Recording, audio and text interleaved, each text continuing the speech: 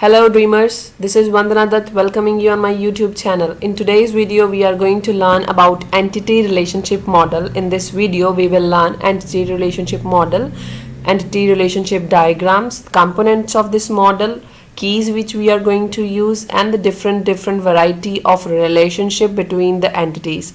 So guys, if you haven't subscribed to my channel till yet, please subscribe to my channel and please press the bell icon so that you can never miss an update. So let's get started with today's video. Let's start with the today's topic, entity relationship model. First of all, there are number of models which we can use to design the databases, and entity relationship model is one of that. If you know or want to know more about the types of DBMS models, then you can check my videos. I will give the link in the description box. Okay, now talking about entity relationship model, first of all, it is high level conceptual data model diagram. Means conceptual data model diagram means it will give you the logical view of the database. Logical view of the database means security, authorization, data and structure and relation between the data and structure will all be decided in this model or in this level. We will decide the security, authorization, data, structure and relationship between data and structure in this relationship model. Now the second one is it is used to produce well designed database. Of course, because it uses visual tools, it uses effective visual tools to give the diagrams a better look to understand. So it will be very easy to design a well designed database which will be very easy to understand for the user as well as the database developer. Third is it represents real world entities and relationship between real world entities. Real world entities means anything living, non-living, person, animal or your imaginative person, people, anybody. So real world entities, any table which will have relationship with another table. For example, student table has a relation study in this department. So it has a relationship study in between student and department. It represents the real world entities, student, department for example, and the relationship between these two real entities. Now talking about entity relationship diagrams that we will use to design the database in a very easy and efficient manner. The first one is ER diagram, shows the relationship among the entity sets. These, for example, these are the entity sets. It will show you the relationship between these entity sets. Entity set means relation, means the table names, the real world entities. For example, it's a student, it's a department, and it is your university. It will show you the relationship between all these three tables. Now the second one is it helps to design logical structure of data, means same as will give you the security, how you will provide authorization to different clients, to different users, how you will store the data, how will you make the structure of the data, structure types of the data, constraints, how will you apply to this layer or you will apply to this database on this level. So different information will be added to this diagram at this level. The third is it is visual representation of data. Different numbers of symbols and notations we will be using for making ER diagrams that I will show you in the next topics. ER diagram, symbols and notation. First of all, get to know that we have three main things: entity, attribute and relationship. We have entities, we have two types of entities, strong and weak, two types of attributes, strong and weak, two types of relationships, strong and weak. Talking about the components of ER diagrams, we have entity, attribute, relation. Entity, we can call it table, we can call it relation also. To the attribute, we can call it column, we can call it instance. We have two types of entities here, strong entity and the weak entity. We represent strong entity with the symbol rectangle and weak entity with the double line rectangle. Attribute, in attribute we have simple attribute, whereas attribute represented by the oval symbol. Primary key attribute will be same, represented by the oval symbol but with an underline. Third, multi-valued instance will be represented by the double line oval, and derived will be represented by a dashed oval shape symbol. Now relationship, we have relation between the entities. Here in the entity relationship diagram, we will make relationship between the entities and not between the attributes. So relations are of four type: one to one, one to many, many to one, and many to many. So this is all about the components of ER diagrams that we will use to create an ER diagram.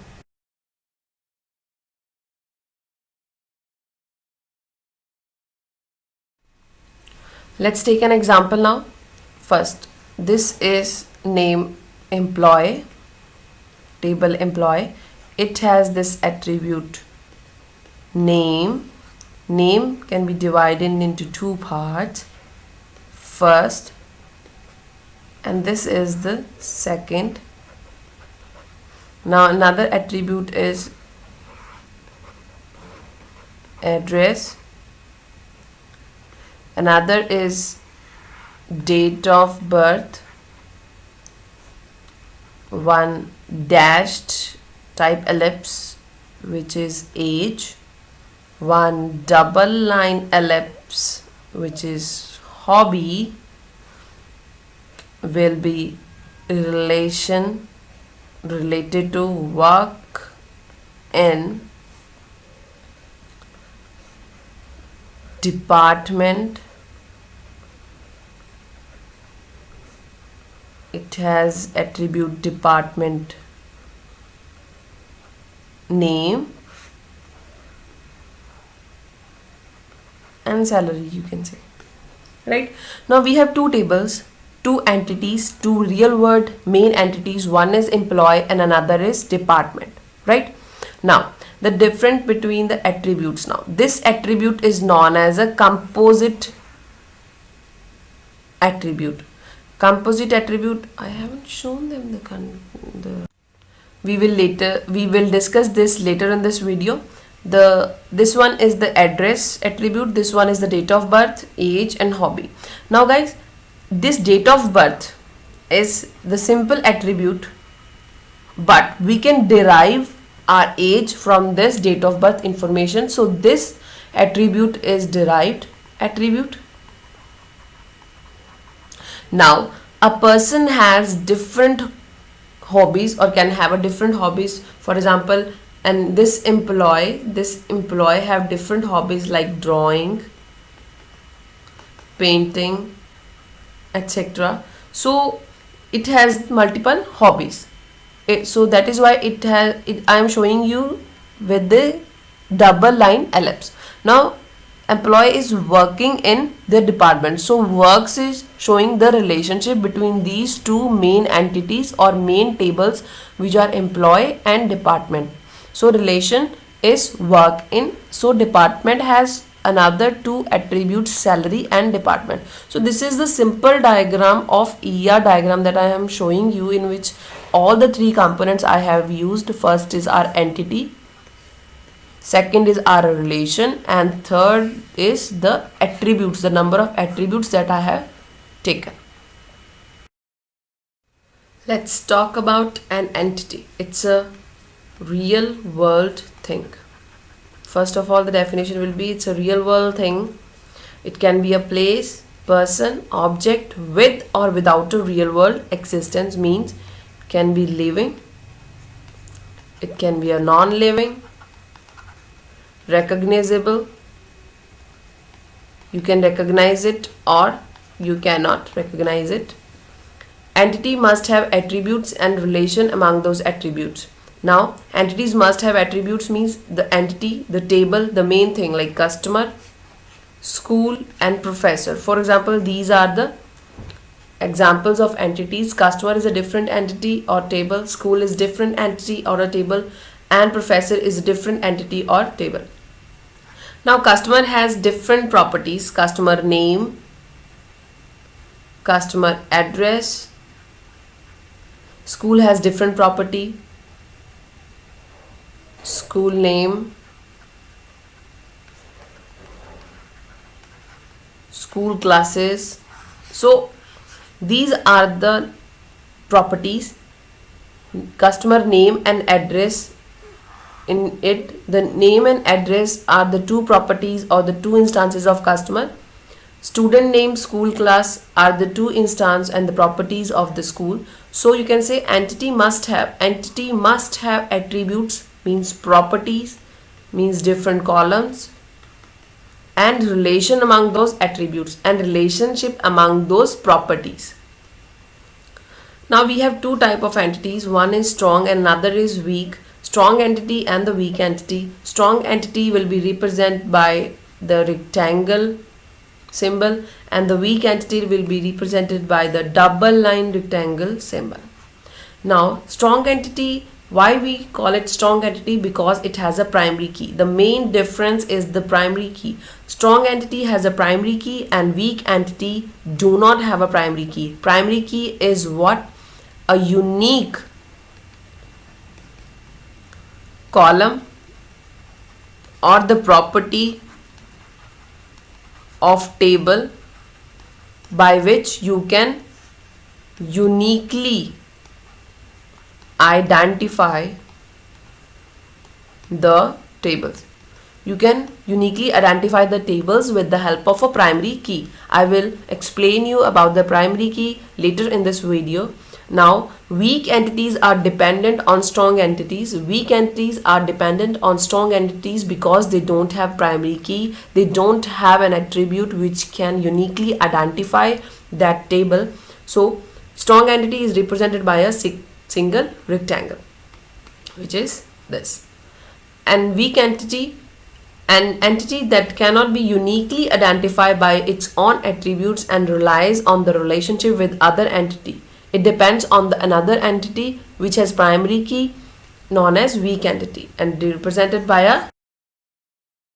Let's take an example how it will identify. First, we have a strong entity, bank, and we have a weak entity which I will represent by a double line rectangle. Name है bank, account holder. Now this bank, now they are related to each other. The relation between them is represented by a diamond. Now they are related to each other. Bank has different keys. First, it has customer ID. Then customer name,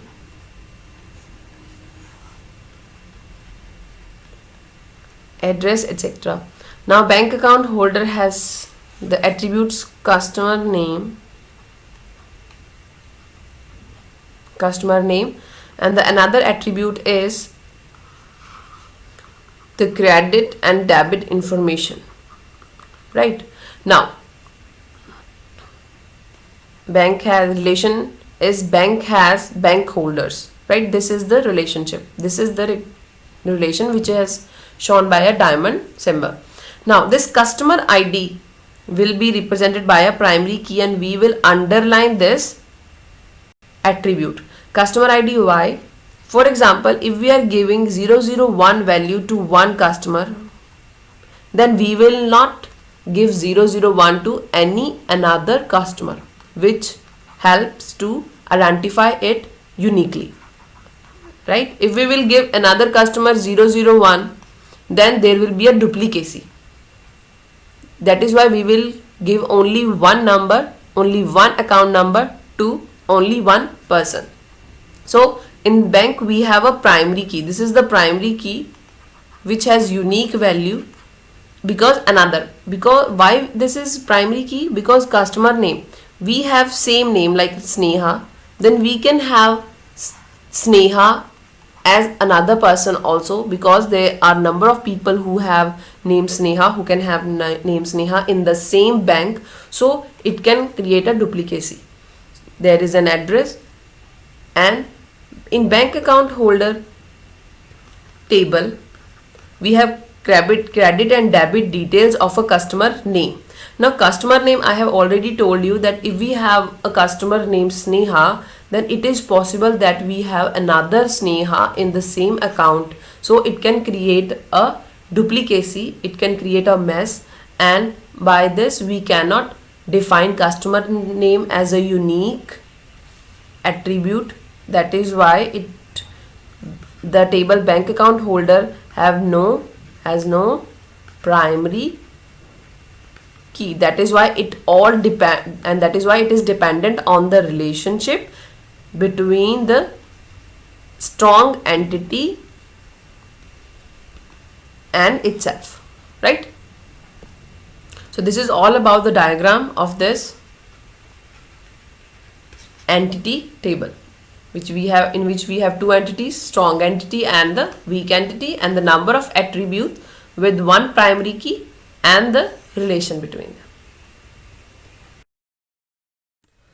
Let's talk about the attributes, columns, instances. We can also call attribute a column and instance. Now an attribute describes the property of an entity. An entity means, for example, if we have entity student, it will have described the properties of student, like student name, student address, right? So student is an entity and it will describes the property of an entity, means it will have two different columns, student name and address. An attribute is represented as oval in the ER diagram. This is an attribute, it will be represented by an oval in a diagram. We can divide attributes in four categories. Key attribute means primary key attribute, which will help us to identify the table, an entity in a unique manner. Second is simple and composite, single and multi-value.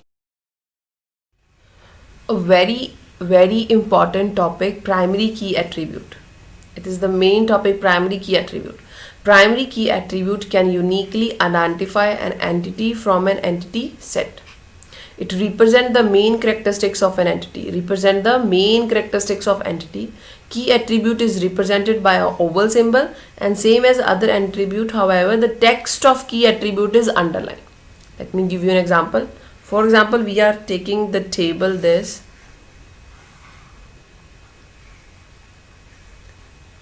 As you already know, we show this in the form of two-dimensional table, rows and columns. It is ID. We are taking table name student, ID, name, class and percent. Now ID 1, 2, 3, name A, B, A, class CSC, CSC, IT, percentage 43, 43, 67. If we will take a look, let's forget the ID, let's forget that this type ID attribute. Let's take these attribute first, name, class and person. Can we define this table uniquely? For example, if we want to fetch details about A, Then it is he's work in CSE department with the 67%. But if we will fetch data according to the name A, then we know that we have two names with the same name A and A. Then there is a duplicacy of names and we cannot identify the rows in a very unique manner. If we will take class, then if we will fetch data according to computer science engineering CSE, then again we have two CSC columns, CSC and CSE. Then again we have the problem, we have the confusion, we cannot fetch the column, we cannot fetch the record. And the third is percent. If we will fetch the data according to percentage, then again we have the confusion. If we will fetch data of 43%, again we have 43% which has the same another person, 2% have the same percentage, 43%. Then there is again a confusion. So we need to identify this table in a unique manner so that no confusion occurs, no complexity occurs. That is why we are creating a column ID. ID in which we are giving the numbers to the different records. What happens to the primary keys actually? We will, if we are going to give a student, one number. For example, if we have given this one number to a student A, then we are not going to give this one number again to any student named A, B or C. This one number will not be given to any another student. So there will be a unique identification of the records that we can get. Now this ID will be underlined.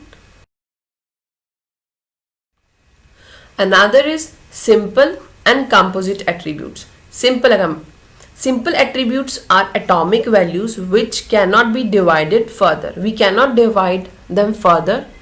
For example, student phone number. Student phone number cannot be divided further in any another number of digits. It is always a 10-digit number and it will remain same. Whereas in composite attributes are made of more than one simple attribute. For example, student address. Student address, how? It has state, it has city, it has pin code, it has street number. So we can divide student address into the 4 parts. That is why we are calling it a composite attribute. Whereas simple, we cannot divide it further. For example, we cannot divide student phone number like the composite attribute. Let's talk about single valued and multi-valued attribute. In single value attribute, it contains only a single value. For example, one person can have only one passport, right? Whereas in multi-valued attribute, it may contain more than one value. For example, person's phone number. One person can have multiple phone numbers, right?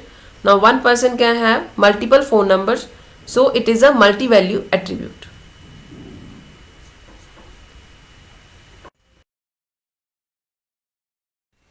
While talking about stored and derived attributes, derived. Stored attributes are the attributes that exist in the physical database that we have already stored in our databases. For example, date of birth. A person's date of birth we have already stored in the database or in our table as a static information of a person.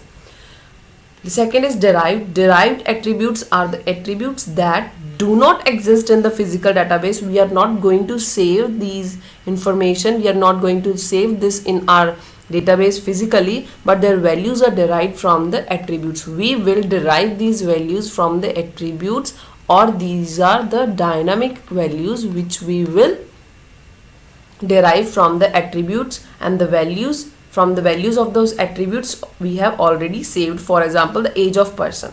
Age of person is a derived attribute, and age of a person we can derive from the date of birth of a person, which we have already stored in our table or in the database, and from this we can derive the information age at any time.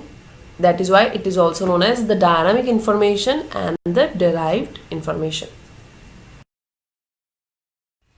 Let's take an example. This is an entity and this is another entity, company, and this is employee, and this will show the relationship between these two. Employee works in a company and has different attributes, like first this is a date of birth attribute. This attribute you can call it age, right? And another one is address, city, state, right? Employee ID, right? And the name. This will be the ID and the name. Now we have the primary key attribute here, the employee ID, here the company ID, because they will uniquely identify the table, the entity from the different attributes that are present right now. We have this date of birth entity. This will be static. We will add this value physically in the database, and we will derive age from the database. So this is the derived one, this is the stored one. In address you can say it is multi-value as well as composite. How multi-value? Because a person can have different addresses also. They can have two addresses. And how composite? Because it has different, it can be contain a different parts, like it also contains city, what state in which he or she is living. Employee ID is the primary key and it's a simple key, simple attribute you can say. So they are related with the relationship works in with the company table, company, and it has also two attributes, company ID and the name. So this is all about the components of the ER diagrams and the different attributes that we have used in this. Further we will study about the relationship. Now relationship among the two entities. Always remember that we will always describe relation between the entities and not between the attributes. We will make relation between the entities only, whether it is one to one, many to one, one to many and many to many. All these four types of relationships we will describe between the entities. Always remember, between the entities. Now first, one-to-one relationship. One instance from entity A can be associated with one entity B and vice versa. So for example, a entity set A and we have this entity set B. There are 3 instances, there are 4 instances. Only one from set A will be connected to set B. Only one from set B will be connected to set A. So there will be only always one-to-one connection. For example, one person can have only one passport, right? One person can have only one passport. Another is one-to-many relationship. One instance of entity A, one instance, for example, again 1, 2, 3 instances of set A and 4 instances. Let's take an example with the B. One instance of entity set A, one instance of entity A is related to more than one instance of entity set B. It can be related to this and it can be related to this also. Now it can relate to this and let's see. instance of entity B, and then instance of entity B is related to more than one instances of entity A. Now if now this relation is 1 to many. One instance of entity set A is related to more than one instance of entity set B, and more than two entity sets of B can be related to 1. So this relation is 1 to many. A person can have more than one account number, but a book account can have at most one person as an account holder. For example, let me tell you, a person can have one person can have many account numbers, right? One person can many account numbers, but in one account number there will be only one person always.